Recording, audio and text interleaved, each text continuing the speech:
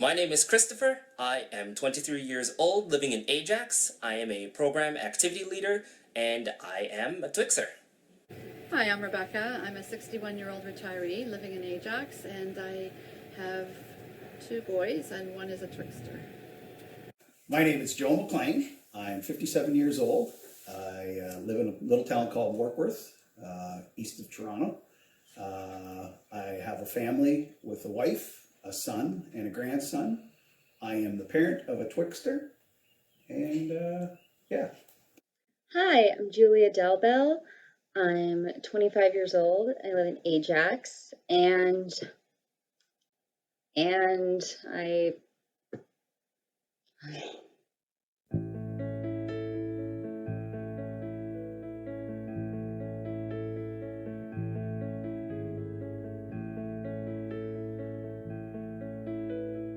everyone I know is at home. I talk to like Chris and everyone else, and I talk to Auntie Becky and everybody about that, because either they live at home or their kids live at home with them. So like that's just the way it is now in a lot of places. Like that's just the way it is. I'm the parent. I'm the working parent. My wife just this year actually retired after 25 years as a teacher. I live alone as a single mom with my son, 16, going on 17.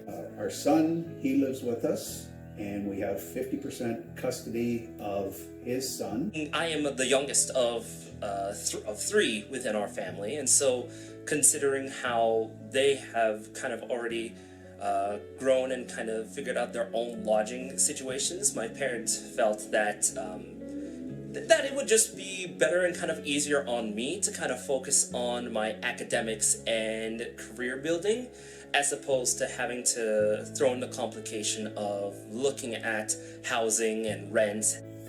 But we're lucky to have Kim's mom and dad here, and good support from her family here too. My other son has a disability, and he is now living in supportive housing out in Oshawa. Now here I am, a grandparent, happy grandparent, and yeah, so we make the best of what we do. Yeah. Long story short, basically, there's no rush for me to move out until I was kind of financially secure and that I myself felt ready to move out. I look at Chris and I look at everyone else. Like Chris has his whole thing together. He's got his degree. He drives around. He has like a real job. Okay, so let's put it this sorta. way. Chris has all these things, and what was his goal to be? My initial trajectory was to go into teachers college to gain further studies in order to become to become a formal teacher. And now he's changing that, right? I guess throughout the last couple of years, I found myself kind of getting more integrated into recreational and youth development type of non-profit organizations, and now I'm kind of looking at the past couple of months and now seeing that the notion of my initial trajectory of doing teaching has kind of been put into question in a sense, or I've now been kind of given more time to really think about whether that's the actual path that I want to take. And then I know Jonah did the same thing. Jonah, my number 1 boy, I wouldn't say gifted, but he's quite talented athletically and scholastically and athletically. He got a scholarship to actually golf in the States. It didn't pan out. He went to North Carolina, went to a university in North Carolina for 2 years.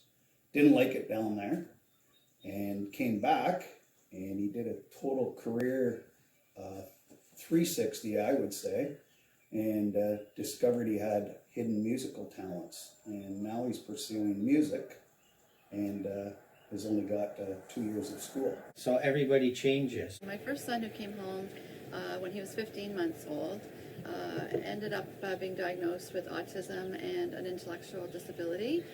So when he first came home, it seemed like he had suffered from neglect, so we weren't quite sure how things would pan out. So I envisioned that he would probably end up being able to be part of mainstream and work independently, but over time it became more apparent that that was not going to be the case.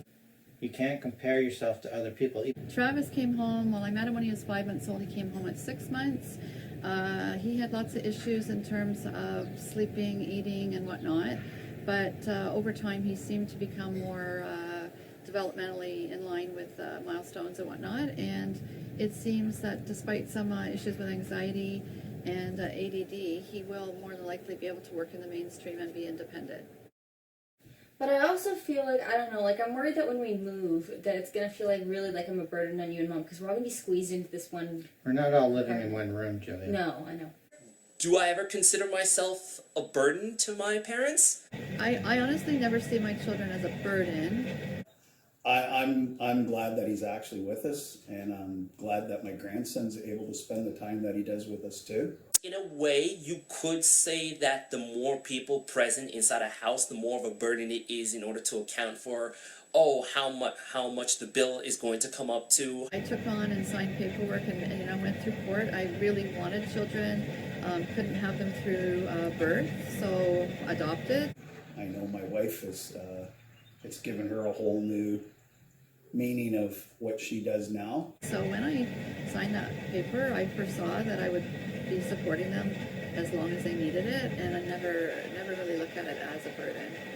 We all eat dinner together at night, and we all actually sit down at the table, and kind of weird, but we all still eat dinner at the table. It might just be the negative little voice inside my head, but in the grand scheme of things, never. I fall into a lot of the stereotypes. Oh, if you're living in your parents' basement, then clearly you haven't made it. Initially, I didn't really understand it because I thought, okay, they're that age. I mean, can't they just get up and get out? I'm someone who's into like all the nerdy stuff. Like you see in my room, there's all the shelves, which I know we're gonna have to get rid of to a degree, and the board and the poster. As I got closer, my own boys are getting to that age, I realized that economically, just the world is not the same as it used to be. It's definitely changed. I can give you a cute little story of that. When I left to come from BC to Ontario, my dad one morning at breakfast said, son, look out the window there. See the mama bird in the nest with the baby bird. What do you think the baby bird's getting done to him right now? It's not any one thing. It's like that, and the job, and just like where So I'm you at got a with job other that stuff. you're pursuing and you're going to school. Yeah.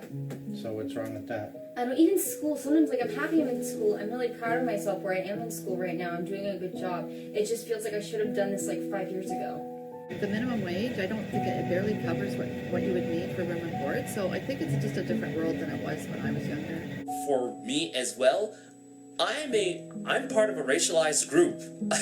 So inherently, when looking at maybe this kind of blanket kind of expectation that young adults should be looking for an apartment or living on their own at a certain point, it might be a lot easier for somebody that is white as opposed to someone like me. We laugh, not racist, but the other families that we used to laugh that they all moved in together, but all those families now have all got their own homes. You all helped everybody out and everybody benefited from it. So I think we're doing the same thing now, and everybody's benefiting from everybody here right now. There's different elements that you'd expect, certain milestones in certain parts of your life that you've achieved. And so if you've hit most of them, but not like one or two, that's not a big deal. But if you haven't hit a lot of them, and I feel like I haven't, that's what I'm worried about. Everybody's situation is unique and different, and it is far from simple. Milestones are the only milestones out there, the ones you set. My name is Julia Delbell. I am 25 years old and I live in Ajax, Ontario. I'm a student working towards my bachelor's degree, going in a new career direction after earning a college diploma a few years ago. I am working in entertainment coverage now and hope to work in media throughout my life. And I am definitely passionate about entertainment, both at and outside of work. And I'm fortunate enough to be able to do all this while living with my parents, even though I do wonder if I should be further along in life than I am at times. I realize that being able to live with my parents at this age puts me in a very privileged position. And this means, like a lot of other people my age in the modern world, I am, in fact, a twixter.